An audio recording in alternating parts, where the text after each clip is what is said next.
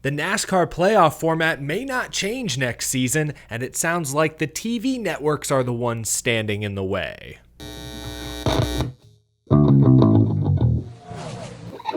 How's it going, y'all? My name is Eric. Welcome to Out of the Groove. Happy Monday, y'all. If you missed my Brickyard 400 race reaction and analysis, you can click right up here or click the link down in the description to check that out. We've got power rankings coming up in a few moments, but first, a little playoff format talk here to wrap up the month of July. Typically, we save the format debates and discourse for October, November, but we're getting a head start this year. A few months back, NASCAR formed the playoff committee, where former drivers, current drivers, other industry stakeholders, members of the media would meet to discuss future NASCAR playoff formats. According to reports, there have been 2 meetings, emails have flown back and forth, but according to Jeff Gluck, reporter for The Athletic, who is also on the playoff committee, little progress has been made. I'll link the full episode of the Teardown podcast down in the description below, but just past the 1 hour mark on the most recent episode, Gluck detailed his playoff committee experience. He said that a few months ago, he was 90 to 95% sure the format was going to change to some extent next season. But now he says he'd put the odds closer to 20%.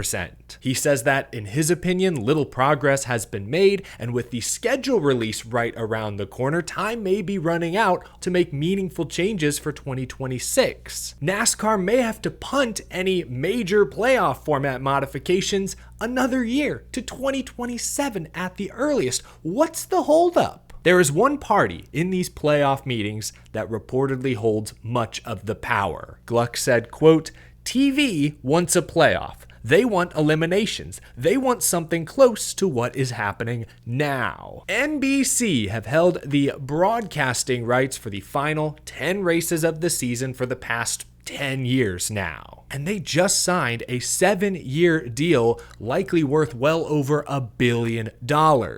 NBC likes having playoffs to go up against the National Football League regular season. It sounds silly, but I've seen it firsthand. The word playoffs, that branding resonates with advertisers, with potential sponsors, with the casuals. There's a reason they changed the name from the chase to the playoffs. It's more recognizable. NBC is paying NASCAR hundreds of millions of dollars every single year to broadcast the final 14 races. They get a huge say in what the format looks like. That's the way this works. We've known this for a long time, but the truth is NASCAR isn't fully in charge of their own sport. They have powerful billion-dollar corporations that they're forced to answer to. The money NBC and Fox and Amazon and TNT pay every year for the broadcast rights fund the entire sport. They fund the teams. They fund the NASCAR sanctioning body. They fund the tracks. We know for a fact that the tracks make more money from TV than they do ticket sales. I think NASCAR's head was in the right place creating this playoff committee to have these open negotiations. And according to Jeff Gluck, there are people like Mark Martin on the committee who are staunchly in favor of returning to the Winston era format, a full 36 race point schedule. Others are in favor of playoffs from some form or fashion. I think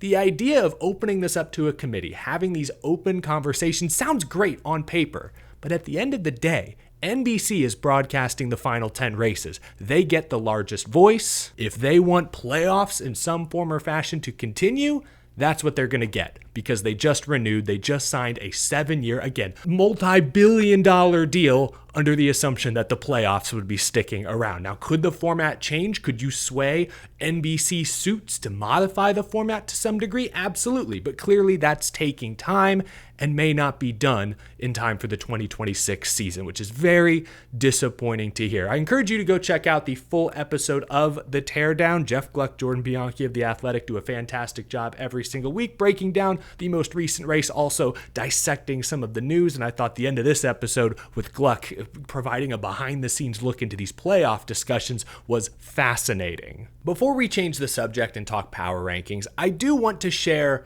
my point of view when it comes to playoffs or no playoffs. As many of you know, I am more pro playoffs than many. I'm a NASCAR fan through and through. If they went back to the 36 race Latford system, I'd still watch, I'd still enjoy it, I'd still find things to talk about, but Personally, I see the value of having some form of playoffs at the end of the year. There are two things in particular that I like about having some sort of end-of-year postseason. First point, every year there are only maybe a dozen guys, 12 guys who realistically have a shot at winning the Cup Series championship. Playoffs give those other 20 guys something tangible to fight for. There's bonus money that comes from making the playoffs. There's a title, playoff team, that comes with it. Additional media opportunities, promotional opportunities. You can go to your sponsors and say, hey, you're sponsoring a playoff team. Speaking as a fan, a commentator, I enjoy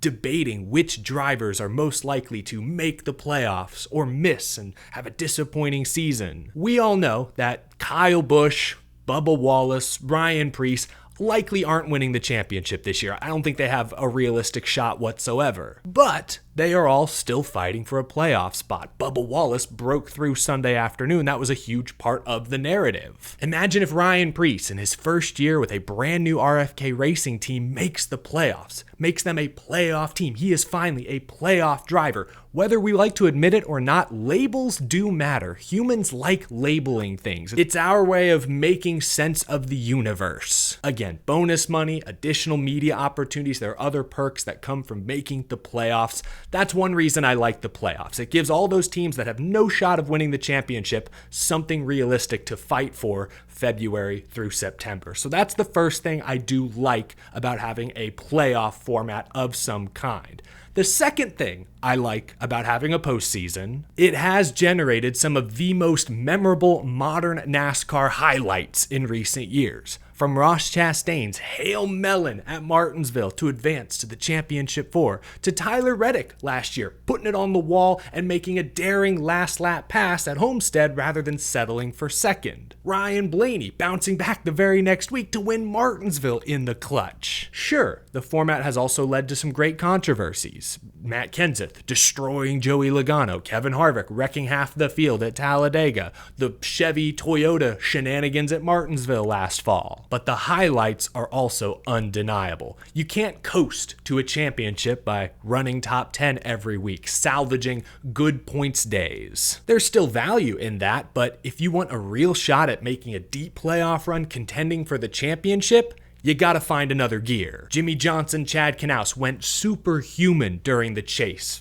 throughout the 2000s. Tony Stewart's epic 5-win 2011 chase performance. Martin Truex Jr. in 2017 won 3 playoff races, finished on the podium the final 5 races of the year. Unbelievable. Ryan Blaney in 2023, ridiculous 6-race stretch to clinch the title. Destroyed the choke artist narrative with that run. The playoffs force the best teams to step up their game at the end of the season. I personally enjoy that. I want to be clear that the current format needs an overhaul. Whether that's a 3-race final round that I've been lobbying for quite some time, whether that's, split the final 10 races in half, 5 and 5. You have one elimination there in the middle. You get that larger sample size over several weeks. Maybe it's just one big 10-race round like the original chase for the Nextel Cup. If you do that, I'd like to see wins count for more bonus points. Playoff points obviously play a role in the reseeding. There's some modifications,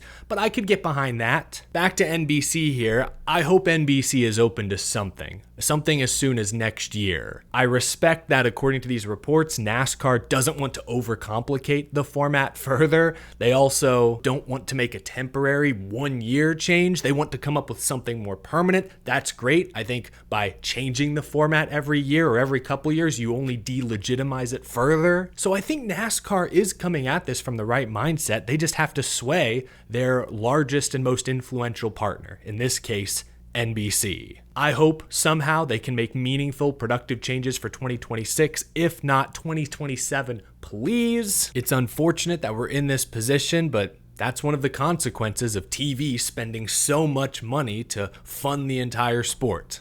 They get a large say in how the schedule and how the format and how the series plays out. Let me know what you think down in the comment section below. Again, share your proposed playoff format. What did you think of my reasonings for the playoffs? I've seen plenty of reasons for why the playoffs should go away. Many of them quite valid, but what'd you get from my take? Let me know down in the comment section below. Now it's time for my weekly Cup Series power rankings. The Brickyard 400 gave me a lot to think about. Needed speed, good execution, good strategy, some great restarts at the end. Let's rank the top 10 overall teams in the NASCAR Cup Series right now.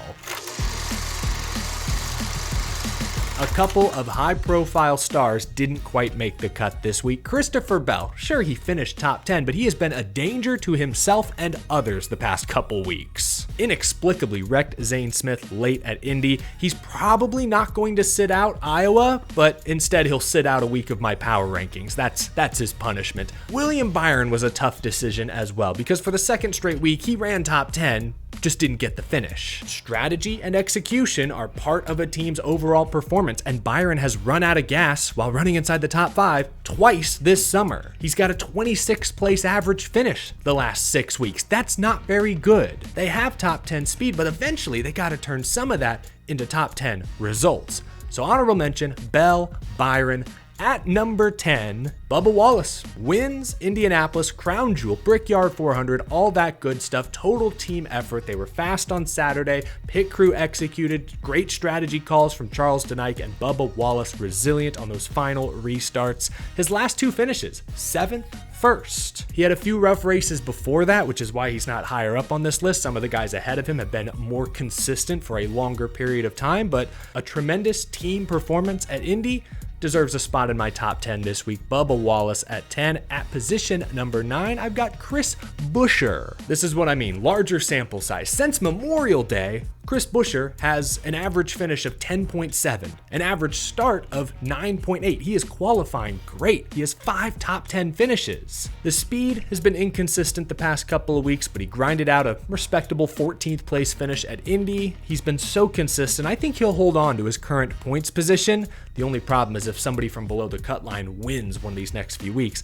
that could knock him out. Chris Buescher at 9.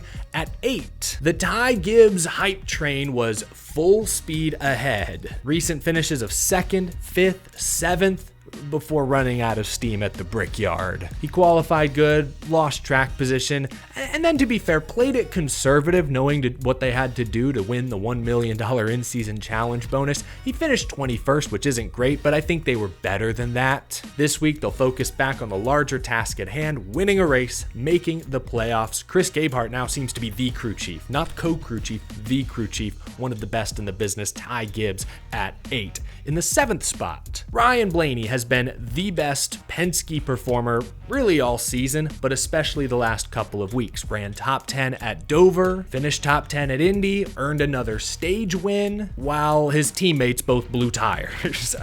We also head to Iowa this weekend, and I always like to look a little ahead when I make these rankings. He's the defending Iowa winner, dominated that race last year, led over 200 laps. I like Ryan Blaney in the 7th spot this week. At 6, I honestly don't have much to say about Alex Bowman. Another top 10 finish. He's been doing a lot of that lately. I'd love to see him win a race, lead a bunch of laps, but just top 10 week after week after week may be good enough to get him in the playoffs. He continues to extend his points lead. Now he's even pulling away from Chris Buescher a bit. Alex Bowman just handling business for the most part the past few weeks. He comes in at 6. Top 5, Tyler Reddick. If that rain shower didn't come through with 5 laps to go at Indy, Reddick was going to finish 5th or 6th, another top 10. He's been stringing those together lately. But the caution did come out, and Reddick's team, led by Billy Scott, were very aggressive with their pit strategy. They chose to pit, take fresh tires, take some extra fuel in case of multiple overtimes. We did get multiple overtimes, but unfortunately the first incident took Tyler Reddick out, got caught up in a crash. So the finish will not reflect how fast Reddick was. Qualified good, raced good, earned stage points in the mix. I'll keep him at 5. You cannot deny both 2311 cars had top 5 speed most of yesterday's race. At 4, moving up the list this week, Kyle Larson. Kyle Larson has been way off all summer. He has 5 top 10 finishes, He has back-to-back top 5s, runner-up in the Brickyard 400. Sure, it's been a couple months since he won a race, but yesterday he proved he's still capable. Led 19 laps in the mix on the front row, overtime. Overcame a poor qualifying effort for the second week in a row. Yeah, the number 5 team is still in pretty good shape. At 3, I'm a believer in this team. I love what they've done the past couple months. Give me Chase Briscoe, the 19 bunch. He won at Pocono a few weeks ago. Since then, he's got a couple more second place finishes. He won another pole this weekend at Indianapolis. He's won the pole for the Daytona 500, the Coke 600, and the Brickyard 400. He's eyeing that Southern 500 pole in a few weeks. He won a stage yesterday, led over 30 laps. In fact, he's led multiple laps now in 4 straight races. I really like the speed Chase Briscoe and James Small seem to have found. But my top 2 stay the same. I still have Chase Elliott in the 2 spot. Remember last week I was 50-50 between Elliott and Hamlin for the top spot. I gave it to Hamlin, and that seemed to be the right call considering how Chase Elliott ran at Indianapolis yesterday. Just a forgettable performance. It overcame a poor qualifying effort, finished 13th, which is not bad, but he didn't earn any stage points. He lost most of his regular season points lead. Chase Elliott though has been so good lately. A lot of top 5s, more laps led, won Atlanta a few weeks ago, so I still think he deserves to be high on this list, but I can't put him in the number 1 spot. That still belongs to Denny Hamlin. Winner last week at Dover, finishes 3rd at Indianapolis despite starting last in a backup car, crashed in qualifying, overcame all that to earn stage points, get a great result. Even when this team runs into trouble, Chris Gale, Denny Hamlin, the whole 11 team find a way to take care of business. Denny Hamlin at 1. There's my top 10 this week. Let me know down in the comments section below if you agree with where I ranked your favorite driver. If your favorite driver's missing from this list, let me know why I am wrong down in the comment section below. That is gonna do it, folks. I appreciate you tuning in. If you enjoyed this video, please leave a like. It helps me out a ton. Subscribe if you're new to the channel. We talk NASCAR every single day, every single week, all year long. Really appreciate your very generous support. Plenty more to come later this week. Have a wonderful rest of your Monday, folks. I'll talk with you again real soon.